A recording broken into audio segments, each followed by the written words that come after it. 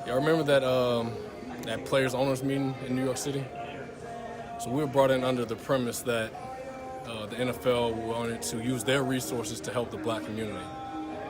We established within the first 5 minutes of that meeting that we weren't there to negotiate an end to the protest. After about an hour and a half of talking, Bob McNair says, "I think the elephant in the room is this protesting." Terry Pagula follows up with, "Yeah, I've already lost 2 sponsors for my hockey team. We need to put a Band-Aid on this, and we need a black figurehead to do it." What's the Eagles owner's name? Lurie. Lurie says, "We can do more for the black community than you can ever imagine with our resources." Bob McNair then says, "Yeah, just make sure you tell your comrades to stop that protesting business." So we leave that meeting. We reestablished internally, the people that were involved with the Players Coalition, that we weren't negotiating an end to the protest. The NFL said they wanted to use its resources to help the black community, so I was fine with giving my opinion on how they could do that. That changed the last week of November when Malcolm called me on the phone and asked if the NFL made a donation to the Players Coalition, would that be enough for me to stop protesting? He said that they were willing to do $5 million. And I told him, no, we've already established for the 2 times prior to this that we weren't negotiating an end to the protest. He then asked me, well, how much would it take? So I ended that conversation. I reported back to the other players what he said to me, and at that point we removed ourselves from the Players Coalition.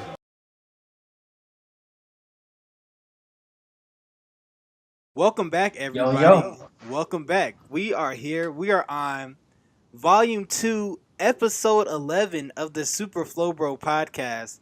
I am your host, Marcus Flowers, a.k.a. Flo, a.k.a. Call Me What You Want, just don't call me lazy, at one Marcus Flowers on all social media platforms. And I am joined today by... You know who it is, the one who stands above all others, the Oracle Metro Meta Haunted Flowers. Okay. So, real quick question. I always wondered this. Why is Oracle one of your nicknames? Because I'm always guessing everything. So, are your guesses usually right, or are they wrong? Yes. They're usually right. Usually right? Okay, alright, we'll see. There's a few guessing games that I may try to splash on you tonight. But we are recording. This is a special edition of the Super Flow Bro podcast. Well, actually, we've been recording on Sundays, right? Yeah. Yeah, okay. So not really special, but yeah, we're recording on Sunday. But yeah, how was before we get started, how was your week, Morgan? It was pretty good, pretty chill. You already had midterms, right? No, midterms are during and after homecoming, so it's this week and next week. Yikes. That's a setup for failure. They tried to play y'all. Alright, cool. So with that said, let's just jump right into it. Do you know who Ty Lue is? Owner of the Cavaliers or whatever? No, he was the head coach of the Cleveland Cavaliers. And in his first 3 years as a head coach, he took the Cleveland Cavaliers to the NBA Finals. He won the finals in 2017. But because they have a 0-6 start, the Cleveland Cavaliers, they fired him. And say what you want, say that LeBron carried him, but Ty Lue was still a decent head coach. He may have definitely messed up, but he was a great head coach. So let me just pull up. I'm pulling up right now what was said about him. So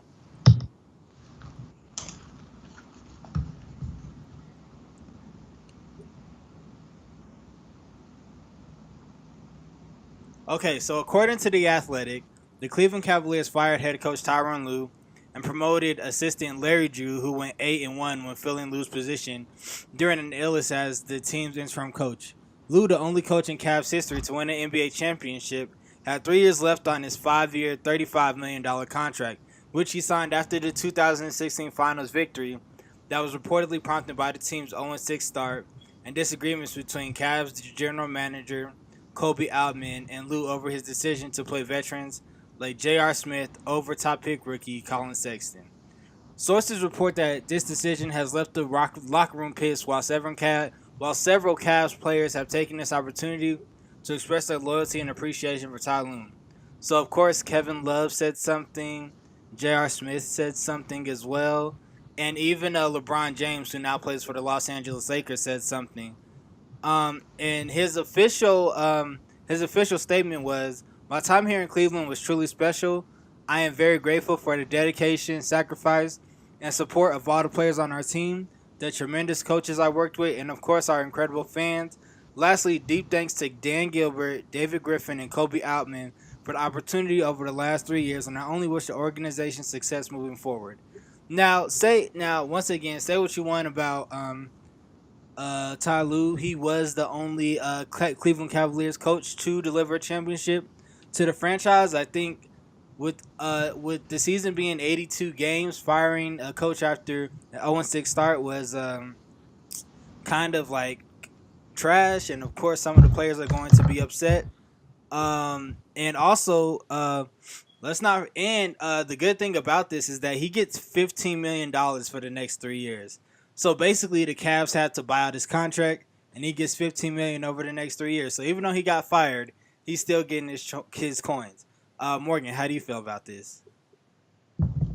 I mean, like the 0-6 start, as somebody who doesn't pay as much attention to sports, to me, it can often feel like most people, I think they sort of underestimate the importance of what a coach is. This is something that happened a lot in like Overwatch Season 1, where you can see like bad coaching was like the core part of like half the teams. One of the most infamous coaches, Kai, who just got picked up as assistant coach on Overwatch Paris, like he was such a bad coach, and he picked favorites, and he was so bad that he turned one of the best and most top running Overwatch teams to just absolute, like, almost bottom tier trash, to the point to where they were going to lose against Shanghai in one game by the analysts, which is just outright disrespectful to the talent. So I think kicking a coach like the first 6 games,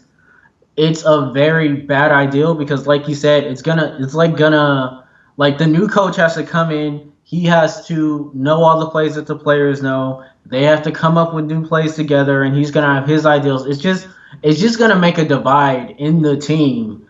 Like so early on in the season, I can't imagine it's gonna be good. Like they lost one of their top players. Now one of their coaches is gone. I can't imagine that they're gonna be good the rest of the season. Yeah, it's going to be a long season if you're a Cleveland Cavaliers fan and if you are a Cleveland Cavalier. All right, next. Moving on. So, have you been following the stock market? I see it every once in a while on Twitter, like going up and down. It's a mess. Yeah, so pretty sure another recession is coming. So, be prepared for that. Do you have anything to add? I mean, I think one of the biggest problems we're going to run into is that people don't trust America anymore. So if they don't trust us, why would they trust our money? So I think the amount that the American dollar is worth is going to seriously plummet as things go on. Yeah, definitely. Moving on, and a little more pop culture news. Of course you've been watching Titans. Have we? I did release that. No, I did put it. No, you didn't. We have to re-record it. Why? Oh, I thought I did. Okay, my bad. But so Titans actor thinks show is better than Avengers: Infinity War. Now, Alan Ritchson, who's actually a pretty good actor, and who has appeared on some of the shows, like some of my favorite shows, like Friday Night Lights, Ninja Turtles, he was in the Hunger Games series as who was the Brawly dude in the Hunger Games in the movie? I forgot. I can't remember his name, or in the book. He was from like District 2 or something. Hunger Games. Yeah, I should know this. he was Oh, him. Hunger It's Games is cool. my It's favorite cool. book. So anyway, he said Yeah. during an appearance, that Titans is superior to Avengers Infinity War, and he says, "I think I'm just excited that the fans are finally getting a really raw, human look at superheroes. I think for me, the reason I don't go see Infinity War movies or whatever these are is because there's no stakes in it. Everybody feels invincible all the time. You know, I play a superhero without any superpowers. How great is that? I still remember the first episode that I shot, episode 102. Brad Anderson, the director, and I were standing on set, and it was the first time that we were shooting where I was in a suit and kicking ass, and I was walking in, and there was a big catwalk. It was high, so he's like, "You're up there. You're kind of crushing some beers, and then, you tell Dove, let's go do it. You jump down, and you get into the fight." And I was like, okay, we never had this conversation before, so do I fly? What are my superpowers? Am I super strong? I can handle a jump that size? And he's like, good question, good question. Yeah, let's go with no superpowers. I was like, okay, all right, that informs a lot. So from then on, I played the guy like he had no superpowers, You get hurt in these fights, I think that's really cool. Who else has explored that? So to me, it's about the humanity. I mean, this guy has a lot of pain. He masked it with pharmaceuticals and codependency. I mean, I and many others, I think, can relate to those kinds of human struggles, and that's what I'm interested in exploring. And if you do it in a fun, entertaining way through the Hawk and Dove and the Titans, all the better. That's what I'm excited for the people to have. So before I say my piece, how do you feel on this, Morgan?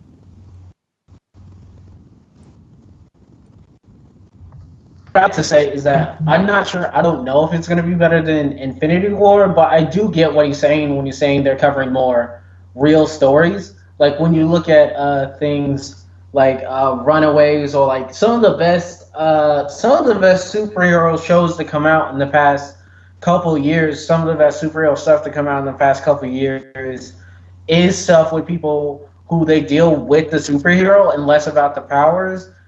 Cloak and Dagger, Runaways, Daredevil, Jessica Jones, and other things like Black Panther. Like despite like its grandioseness, like ironically, the guy didn't have as much powers, and his powers weren't as definitive or as like explained as in other superhero shows. So what I'd say is that he has a point to the fact that like from what I've seen of Titans, it seems like they're going for a more realistic, more like actual view of what it would feel like to be a superhero and what it would be like to actually live that life and the damage it does to yourself, your body, and your relationships. And I think if they lean on that and if they lean on the characters, then it could be good. But they'd have to pick up like the action and just for the love of God, I just want them to put some lights in that show. Like I get it's supposed to be dark, but I'm watching it like in the middle of the day in my room with all my lights off, and I can barely see what's going on camera. So, but that would be what I'd have to say. Okay, so my problem with this is that Alan Richardson, he didn't do any like research on the source material, which is one of my issues that I have with WB, is that they continue to lean on this dark and dreary type of like universe, but it's like the Titans comic isn't like, there's some dark stuff that happens in it, but overall it's like a well-meaning, friendly comic book. It was geared towards teenagers and young children. So it wasn't geared towards like young adults the way the Titan series is. And also, if we just would have done a simple Google search, it would have said Hawk and Dove superpowers were they were granted powers by mystical entities, and they're two ordinary college students with the ability to transform themselves into Hawk and Dove whenever they are in danger with their powers based on chaos and order. Hawk is the agent of anger and unpredictable behavior, while Dove is a hero based on calmness and strategy. So yeah, so it's just like it feels like, I don't know, it just feels like WB doesn't have any respect for DC Comics and their source material and like the richness that it actually has. Like I feel like if they embraced the actual source material, it would be better. And also Richard's talking about like how he's never saw Infinity War. It's like I get it, but Infinity like like at this point in time, Marvel isn't worried about DC or anything that DC does. They're in two different playing fields. So it's just like the actors in the DC universe can talk about Marvel all they want, but at the end of the day, DC and Marvel are on two separate levels. And in the movies right now, I just say DC is basically the little brother to Marvel. So it doesn't matter what they do, they're always going to be like second string or second fiddle. I would just say that I think DC they have some of the most interesting characters, like in my opinion, and I feel like they could do a lot with their universe, and I think they're making steps to do it. But I think that they're going really slow at this pace. And I think, like, going back to you saying they need their own, like, production company, like, I think at this point they might need it because it seems like they're scaling up, but they're still trying to do it in, like, the infrastructure of WB, and it's sort of hurting them. Like, we've seen this with, like, the Flash movie that had to be bought because the actors so important for Fantastic Beasts. Like as someone who's following Fantastic Beasts, with the way that story is going, like, that movie franchise is, like, 4 to 5 more. This is like 4 more movies, and he's gonna probably be in all of them as like a central character, if not a central side. So it seems just need.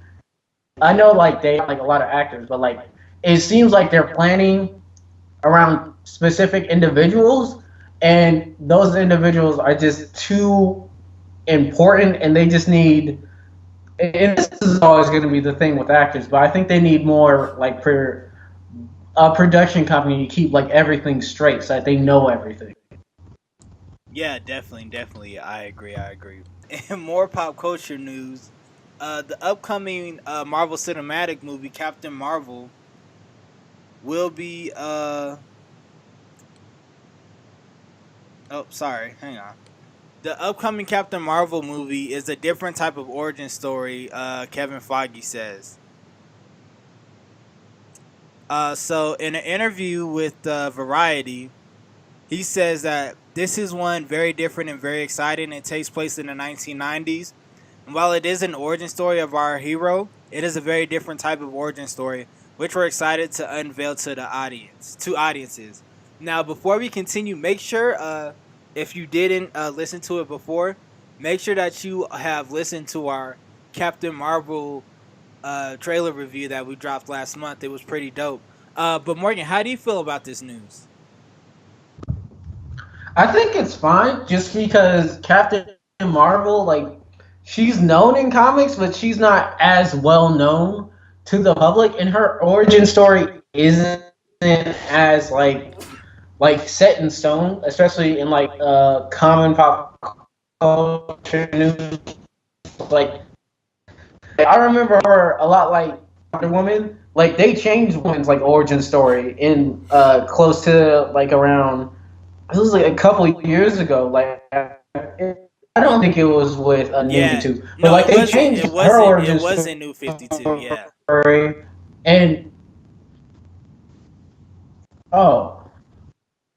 Nobody might have been really got upset because, like, for those characters, their origin story isn't as like important to the story. Like the fact that Wonder Woman is Amazon isn't as integral to her character as much as Batman's parents died is to him, or Superman's from another planet is to him. Like, they're not always facing the same characters, or like how Batman always has to be in Gotham. When you take him out of Gotham, like he loses some of his themes because he's not going up against his main villain. He's not going up against like his city. He's going against some guy and like wherever, and it doesn't matter as much. Whereas Wonder Woman, like, she's very interesting to me as a character because she dresses an American flag, even though she's Greek and mostly works in Europe.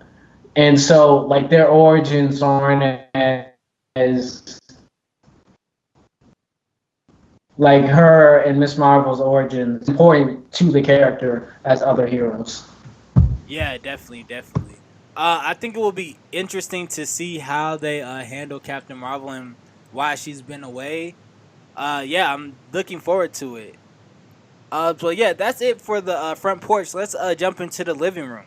So, Morgan, quick question: are you excited for the CW crossover Elseworld?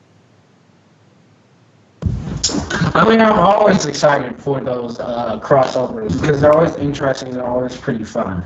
Okay, so John Wesley Shipp, who played the Flash in the original Flash series in like 1992, he will appear in the Elseworld Arrowverse crossover, and this is really dope just because like he's been on the show before, but like seeing him in the OG Flash costume will be really dope. So yeah, and in a picture, Stephen Amell, who plays Oliver Queen in the show Arrow, he tweeted a picture of them and he says, "No big deal, just working with John Wesley Shipp for the first time." Tweeted Amell. Nice of him to dress up for the occasion, and in the picture, he's wearing the original Flash costume.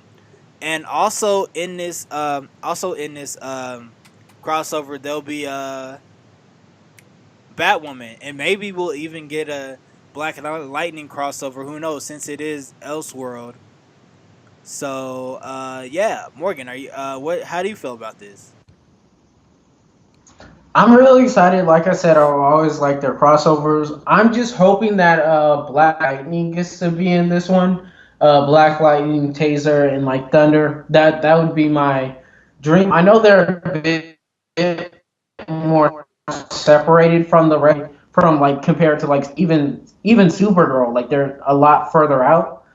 But I think I want them in there like so bad. So I just want them there. Yeah, definitely. I feel you there. I feel you there. All right, moving on. So, as we have been promoting, it is midterm season. Make sure you guys get out to vote. So do you know about Beto O'Burke? I'm sorry, I apologize on messing up his main name, but do you know about him, Morgan? I do. I follow a lot of Rooster Teeth, Chum, and Ruby. Volume 6 dropping this week. Can't wait to watch it next Saturday. I might discuss Ruby in Metro Man. I might have to make that because that series. Shout outs to that. But yeah, they've talked about Bento every once in a while about voting. He seems very interesting. I think getting a Democrat in a Texas legislative position is not just better for the country. I think it will really set an alarm to the Republican establishment as a whole, because I think so far, like going and down stuff, so it's worked out for them so far. But if they start losing seats, if they start losing their connection to their actual base, and they start seeing problems in it, I think it will really like motivate them, even if it's just like one or two. I think just the ideal that they could start losing ground so massively could motivate them to pressure Trump more than they are now. Okay, yeah, definitely. So Beto, he got two big endorsements this weekend, or over the weekend. So the first one came from an NBA superstar, LeBron James, who has been an advocate for being more than an athlete and using his platform to promote progressive ideas and things of that nature. And he wore before the game with the San Antonio Spurs, he wore a hat that said Beto on it. That's just as a show of support. And hip hop artist Travis Scott told people in his at his concert in Texas to vote for Beto. And if you guys don't know who he's running against, he is running against Ted Cruz, who is a advocate Trump supporter and supports everything that Trump does. So yeah, just make sure you Yeah, guys look, look, get look, out and look. vote. First up, I want Trump. I want Ted Cruz out of office because he creeps me out, and I can't be the only person who just thinks he looks super creepy every time they put him on TV. I just want him out so we don't have to see him anymore. Yeah, no, definitely, definitely. So, moving on, and in a long saga, and I want to say one of the longest feuds in hip hop, the feud between Ja Rule and 50 Cent continues. So on Friday, 50 Cent decided to take a jab at the low ticket prices for upcoming Ja Rule show on November 9th, and he purchased 200 tickets so that seats would be left empty. And he quote unquote said, "People think I'm so mean. Go see this. $15 wait, what I do now. LOL," he wrote on Instagram alongside a since-deleted photo of the tickets being sold on Groupon. He then commented on the post revealing that how many tickets he just purchased. He said, "I just bought 200 seats in front so they can be empty. LOL." So basically, and then so 50 Cent then commented, "LOL, damn boy, you put on a hell of the show. Get the strap," he wrote in the first post. Followed by, "What a show. I mean, just the effing great. Do it again. My kid went to the restroom. LOL." So, yeah, basically. So, yeah. They've been beefing for years. That's petty. Yep, definitely petty. And recently, Ja Rule had to cancel a show. Go ahead. I feel like they need to stop. Like neither of them are like that popping anymore. Like y'all need to stop this beef stuff. 50 Cent is he's become more than an artist. He is a producer. He is in media. He does Power. He has a superhero TV show coming out. But at the end of the day, 50 Cent bought the tickets and it still goes in Ja Rule's pocket. So Ja Rule still made the money. So 50 Cent may have tried to troll Ja Rule, but I think Ja Rule got the last laugh because he still got to pay for it. All right, yeah. And so we have two things for the last entities of the living room. Morgan, so since these people are more closer to your age, why don't you kick it off? All right, so we're covering the Black Conservative Summit, right? Yes, sir. Trump addresses hundreds of young Black conservatives, praises Kanye. Like at this point, there's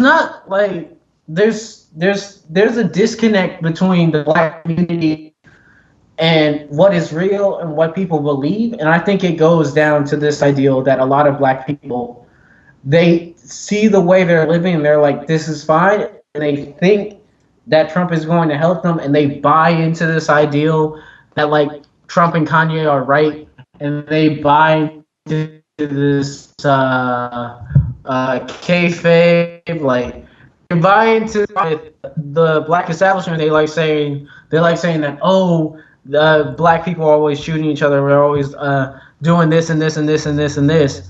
But the problem I think they have is like I always says, don't vote against your own. Like don't go against your own like praise. Like, even if you deep down know you shouldn't be getting it, you shouldn't be going against what is good for you.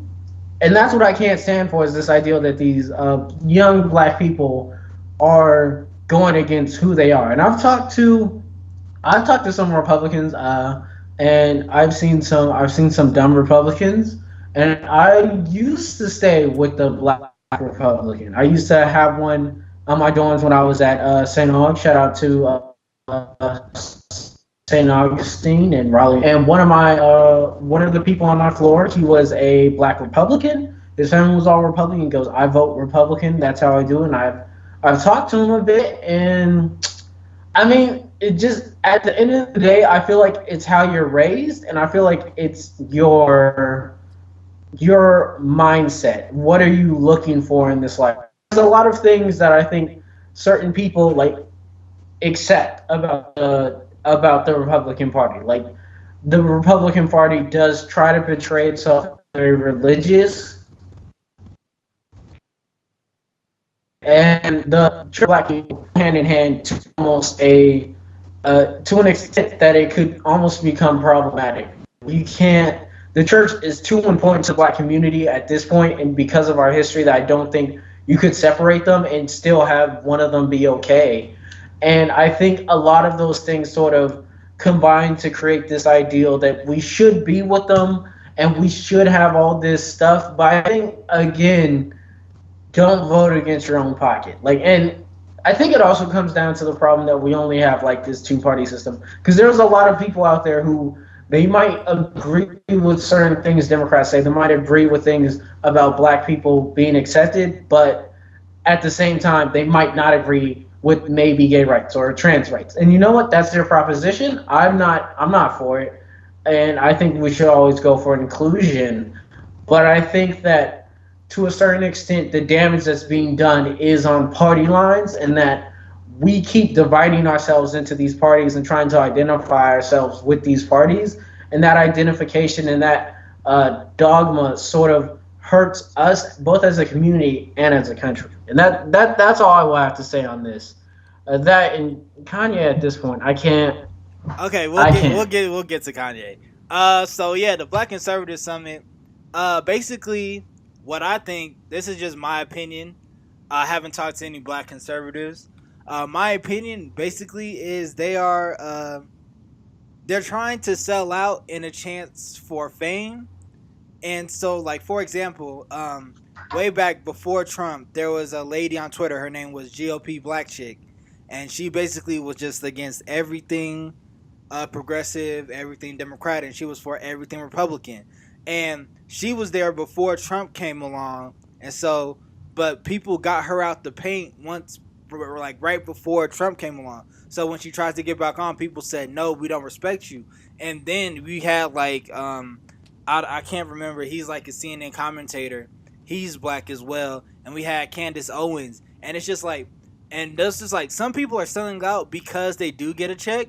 But it's like, at the same time, they still hate you. They still call you the N-word behind your back. They still disrespect you. Like just because you are supporting something doesn't mean that you get a seat at the table, which is what I think they all want and what they all need. And they're willing to do whatever it takes to get a seat at the table, because they feel like if they get a seat at the table, then they made it. But when it comes to politics, it's supposed to be the United States just political system is supposed to be it's all for one and one for all. So it's just like you uplift everybody. And it's just like their mindset is very selfish, and they will do whatever it takes to just get ahead and get a seat at that table. But it's just like, that's not going to happen for you, because it's like at this point right now, they're only like just to be frank, the GOP only likes like 2 or 3 black people at a time. And even the former head of the Republican Party, Michael Steele, once he found out they were like disrespecting him behind his back, he was like, "Oh man, I'm so shocked." But he shouldn't have been shocked, because it's been happening. But yeah, that's all I have to say. Moving on. So Kanye is still out here on his Black Republican trip. And he says Kanye West pro Republican Brexit t-shirt calls for black exodus from the Democratic Party.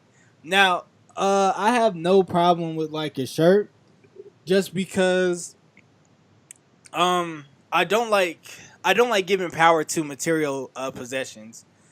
Like, we do all need clothing, but just giving power to like a t-shirt or a hat, it doesn't make sense to me. Like, I get the people that says, "Oh, this represents so and so," but it's just like, it only represents that purpose if you give it that power. So let's say you see a "Make America Great Again" hat.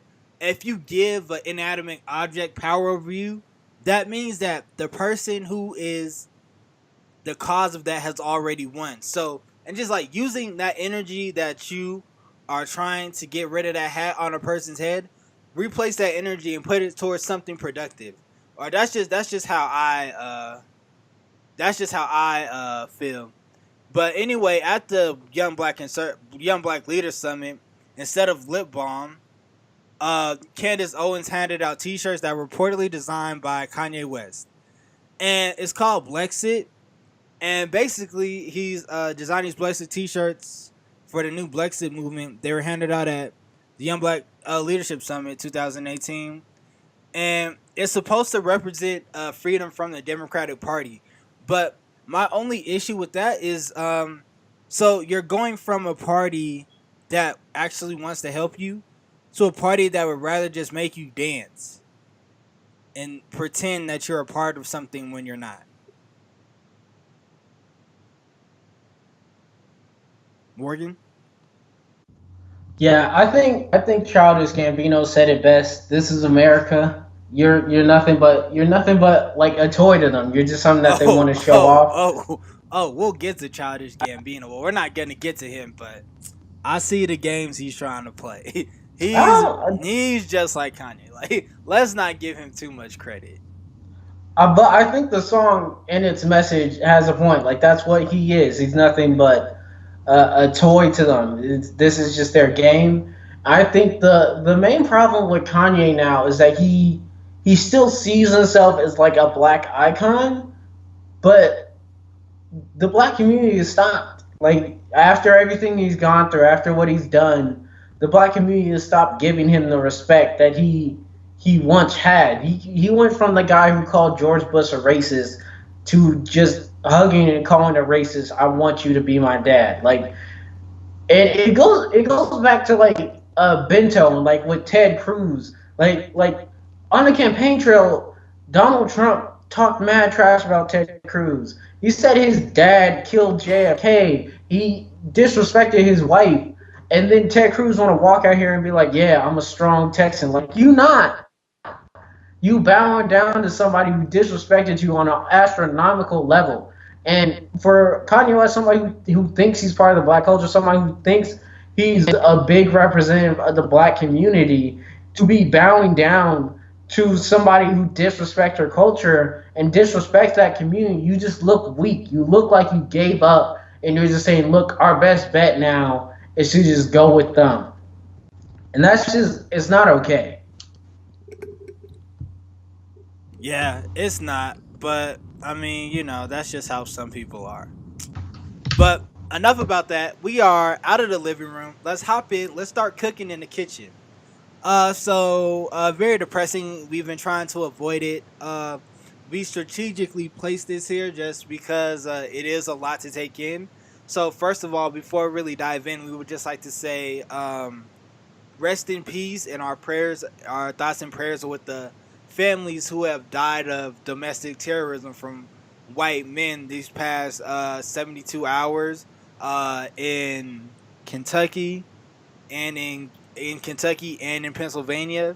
And also, we're just thankful that none of the pipe bombs went off to any of the Democratic representatives. We're in a very dangerous time where people are so the right likes to talk about political correctness, but the right has been so they have I want to get the words right. They have magnified political correctness to the point where people feel vindicated that they can commit violence against people and they won't be held accountable. And because they've seen it on the highest level in the land. They've seen where you can rape a woman and get on the Supreme Court. You can sexually assault a person who works for you, violating a code of trust, and still become president. You can body slam a news reporter and still become a congressman. So they see this happening on the highest level of the United States. So they have taken it upon themselves and to act out violence. And what's worse is that Republicans and the right have tried to use it as saying both sides do this when it's clearly not both sides, and they continue to push this narrative that says, hey, it's both sides when it's clearly not. Yeah, and I think another problem is like they convince themselves that it's not them. Like when these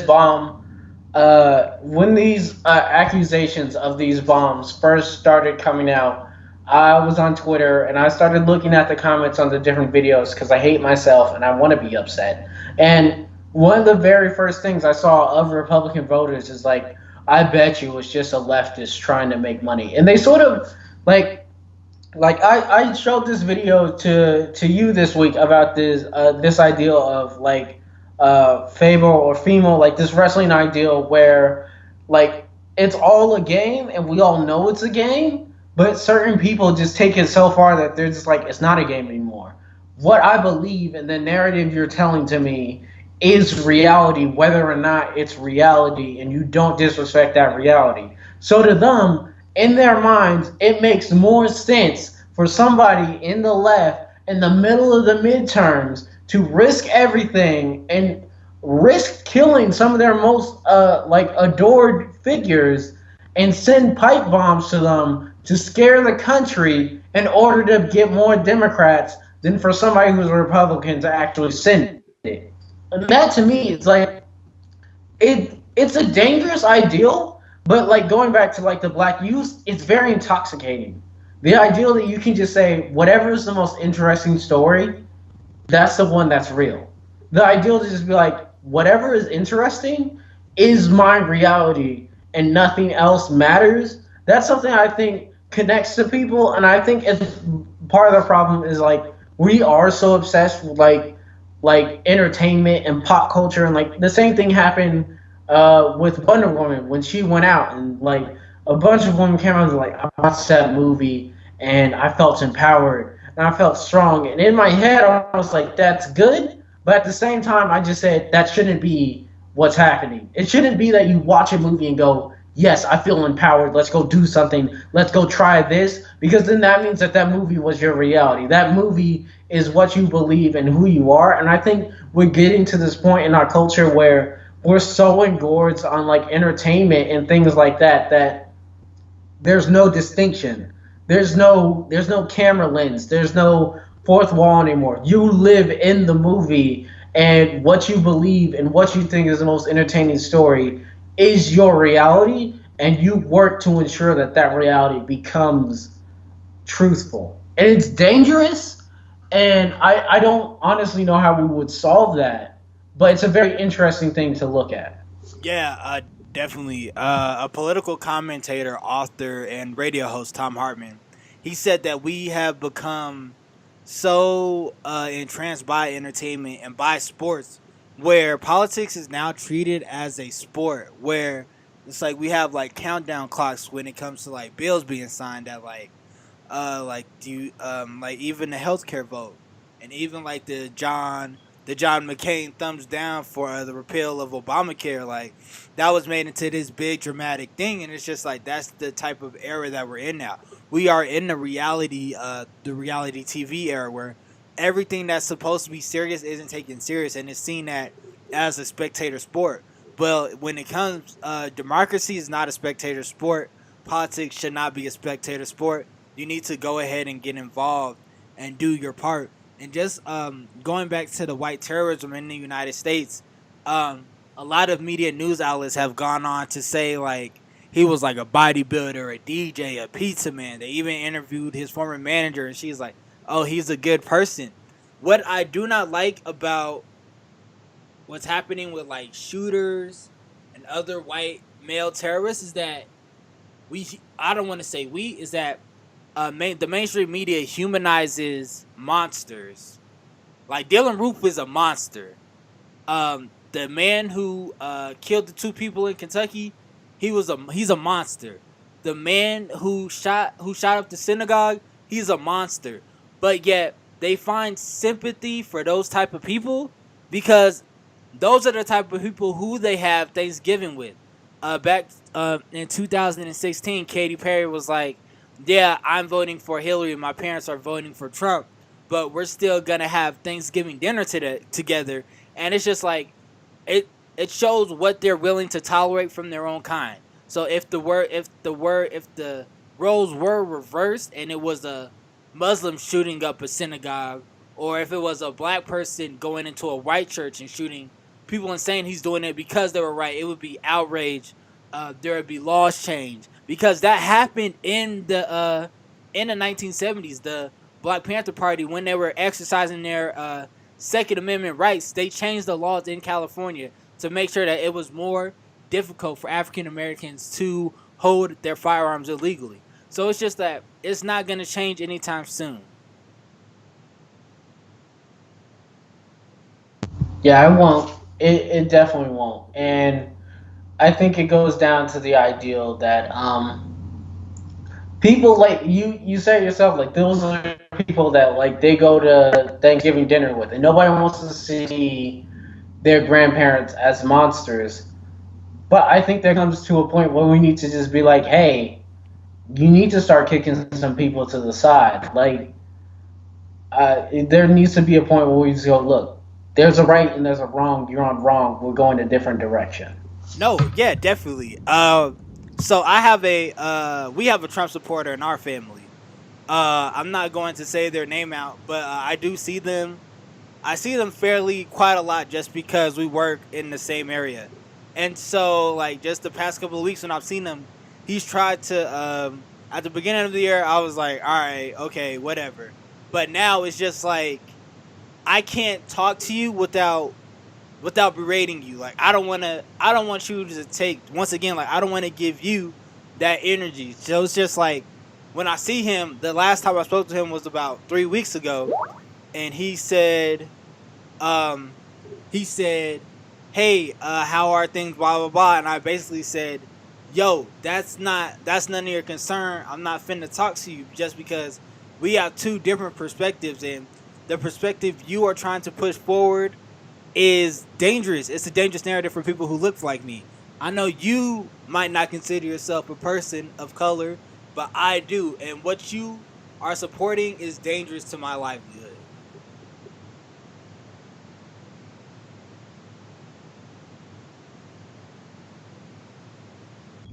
Yeah, definitely. All right, and yeah, cool. So this, moving on. So this Reid versus Malcolm Jenkins part 2. This is getting it's getting really spicy. So after the Carolina Panthers win today, reporters asked Reid to clarify some of his comments that he made about Malcolm Jenkins last week. And I will place this clip in the beginning of the show. But basically, Reid said that Malcolm Jenkins basically took the rent money and ran with it, and there were no changes to anything. He just said he just took the money, which is like definitely not cool. And how like the Players Coalition basically bend it down. They kissed the ring when it came to the national anthem, but it should be like when it comes to players exercising their First Amendment, they should be able to do it anywhere, especially if they have that kind of platform.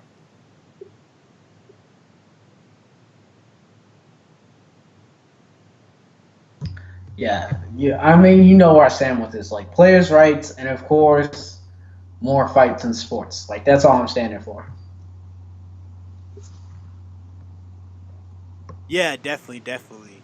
So last thing in the kitchen, do you know who Brittaney Reiner is, Morgan? I don't think I do. Okay, so Brittaney Reiner is basically I don't want to call her she's basically an IG model, but she's, I want to say she's a escort, but she's not an escort. I don't know the word of a woman, a groupie. Okay, but like not like, I don't want to say like she's like a complete groupie, but she is she's a groupie. I apologize. I know there's a better word for it. I just can't think about it all the time. And she has a tell-all book coming out. First of all, we have to shout out Colin Kaepernick for because he was supposed to they met up, but he made her buy her plane ticket. So first of all, super swag for that, to be a millionaire and say, if you want me for me, you'll fly your way out here and you'll fly your way back. We'll do our thing and then we'll go from there. So super swag from that, and then more swag for him ghosting her.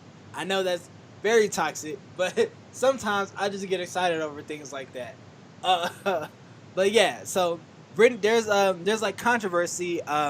Joe Budden posted a clip of his show, State of the Culture, where he's being rather aggressive with Deanne, who's his co-host, and they're talking about women and they're talking about women and how it's okay for them to post tell-all books, but it's not okay for men. And Deanne was simply saying that it's not okay. Neither side should do it. So I'll ask you the question, Morgan. How do you feel about women coming out with tell-all books?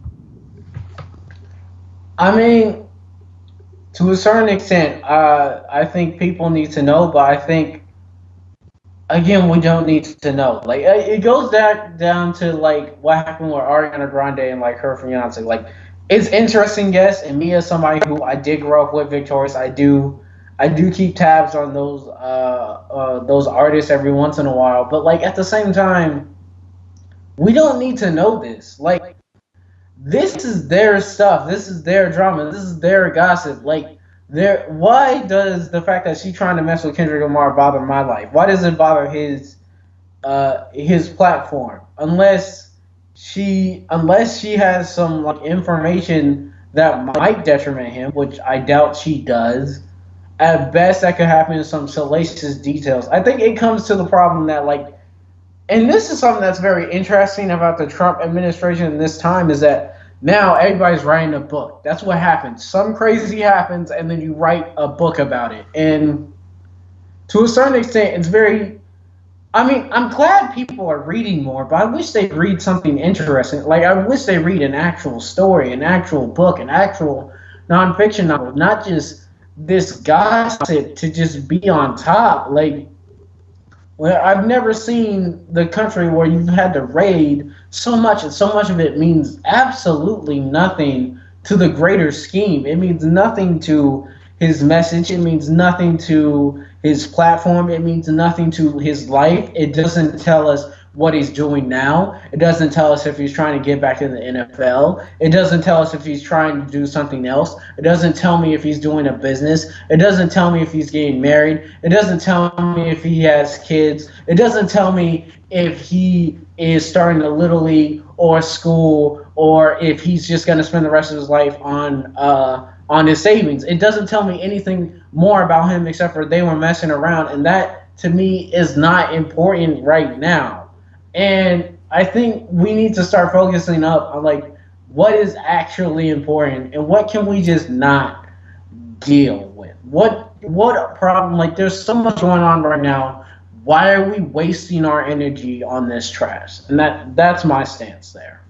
Yeah, definitely. And Deani's argument was rappers talk about their sexual conquest all the time.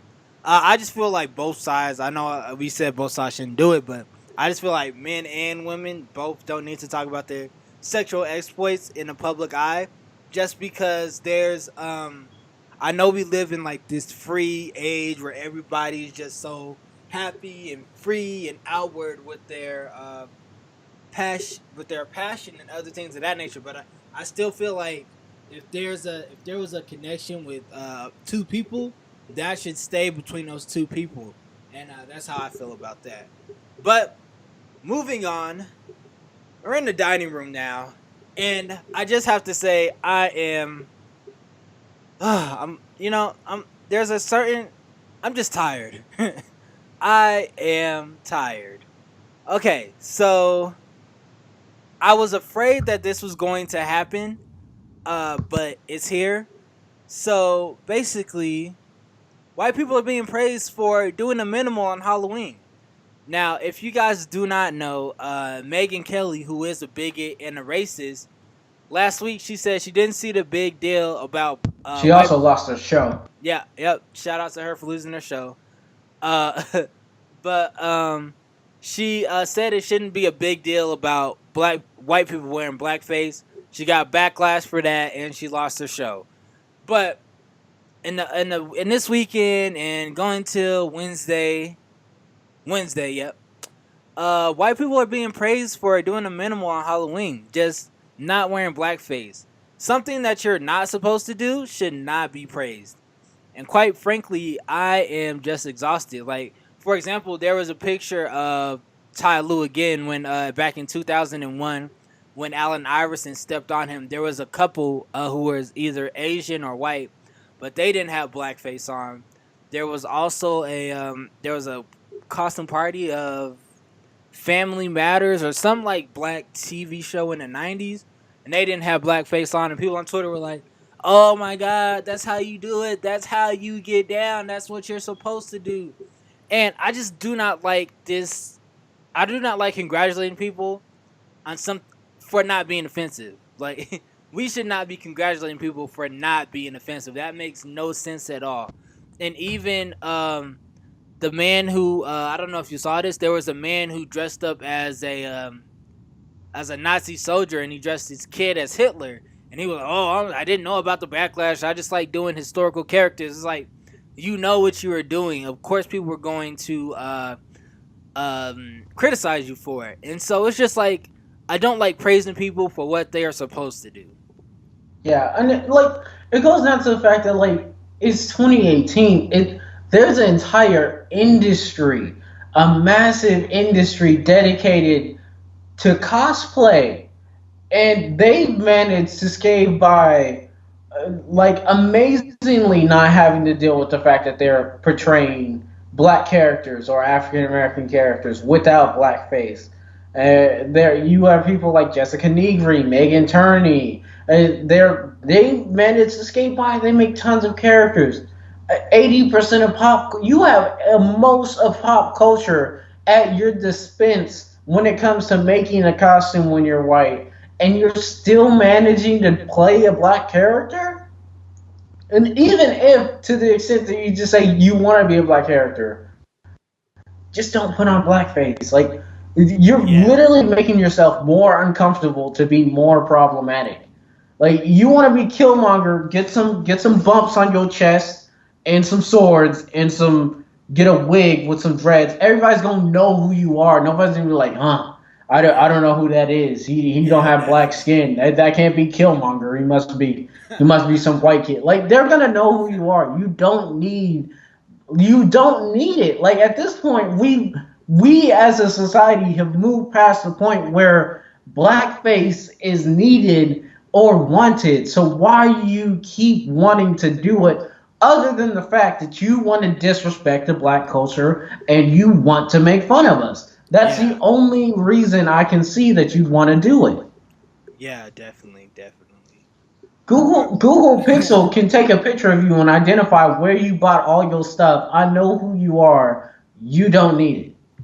Yep, most definitely. And last thing in the dining room, this is just more on myself personally.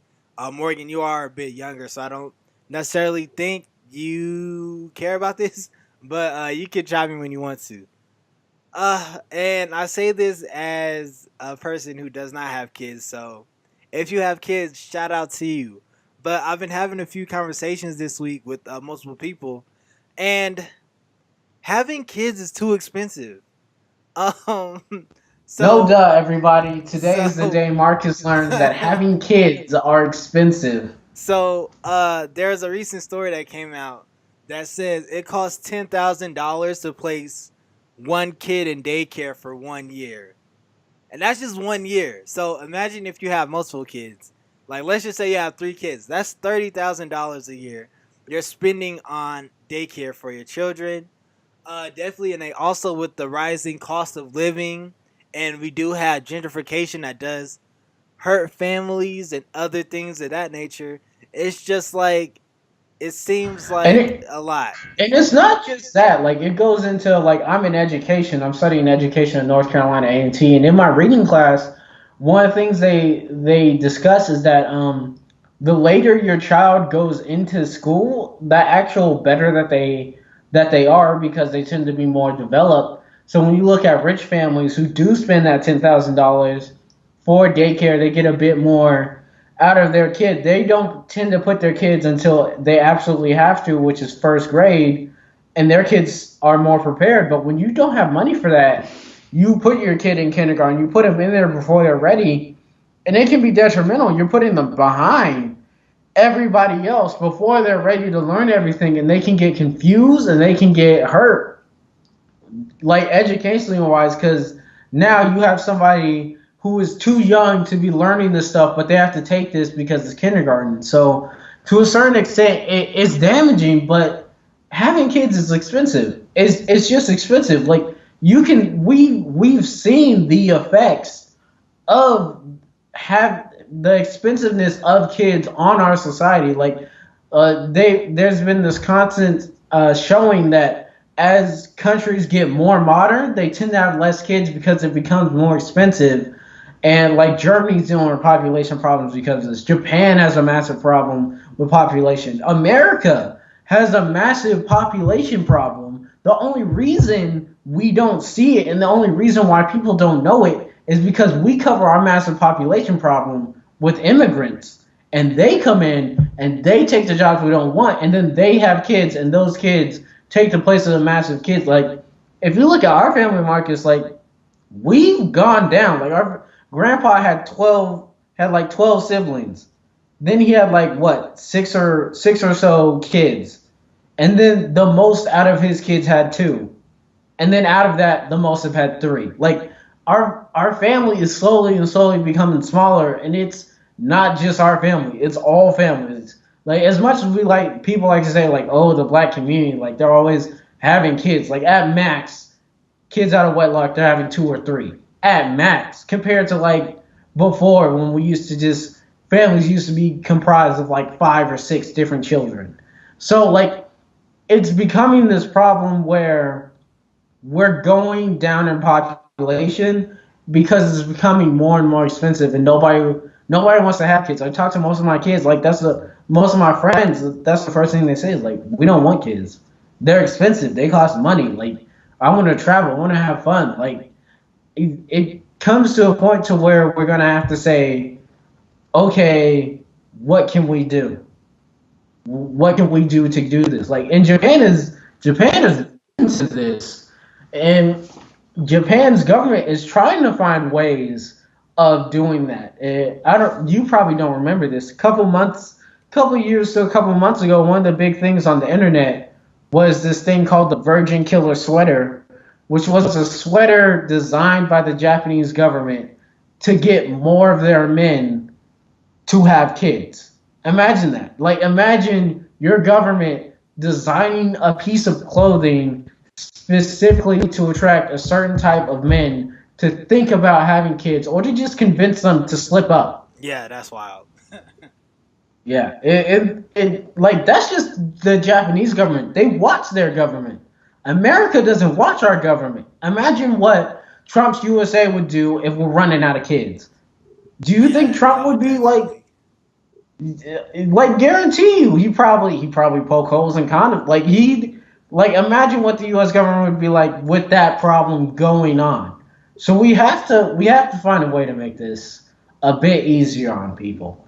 And like, you talking about daycare, that has nothing to do with birth. You try to give birth to a child in this country, that healthcare bill alone will put you in debt, and that's on the real. Yeah, for sure. So that was the dining room. Grand opening, grand closing. So I got it this week. I'm going to be talking about WWE Evolution. So, if you don't know, WWE tonight is Sunday, the 28th. WWE had their first all women's pay per view event, and I will say by far it was one of the top wrestling pay per views of the year. There were amazing matches. Charlotte versus Becky Lynch, their last woman standing match. I believe it was the first last woman standing match ever. That was a match of the year contender. The Battle Royale was amazing. Even the Ronda Rousey versus Nikki Bella match for the WWE Championship was excellent as well. And it just goes to prove there were a lot of detractors on internets and in wrestling forums saying that WWE does not care about their women wrestlers, and this is basically just a consolation prize to Crown Jewel and the Greatest Royal Rumble, when in fact the time and effort that they have spent to not only catapult this event and put some of the stars in the event on new shows like Ellen, or even some were supposed to go on Megyn Kelly, but they didn't because of the controversy. It's like WWE took their time and effort when it came to WWE Evolution, and it goes to show that WWE does care about their women. I'm excited for the match next year. It was just excellent. Like, I'm rewatching it. I've been rewatching it as we've been recording tonight, and it was just an amazing show. Like, up and down. Like, I haven't rewatched a pay per view like this since I want to say Royal Rumble, which came out last January. So yeah, that's I would say download or purchase the WWE Network is $9.99 a month. Your first month is free and watch WWE Evolution. That's it for the Super Flow Bro podcast, volume 2, episode 11. We're almost at the end of another volume. Yeah, it's been a super dope experience. Make sure you are following us on all social media platforms. Follow me on Twitter at OneMarcusFlowers and on Instagram at OneMarcusFlowers. Follow Morgan on Twitter and Instagram at MetroMeta26. Follow 26 in Glencoe on at 26 in Glencoe on Facebook. 26 in Glencoe Media Network on Facebook, 26 in Glencoe on Instagram, and 26 in G on Twitter. And this week we have a Super Flow Bro podcast. This comes out this week, and we have a Fantastic Flow podcast coming out this week as well. So yeah, that's about it. Anything you need to plug, Morgan? No, just keep on going, y'all. All right, and once again, thank you for liking, commenting, subscribing. We really appreciate it. And until next week, peace.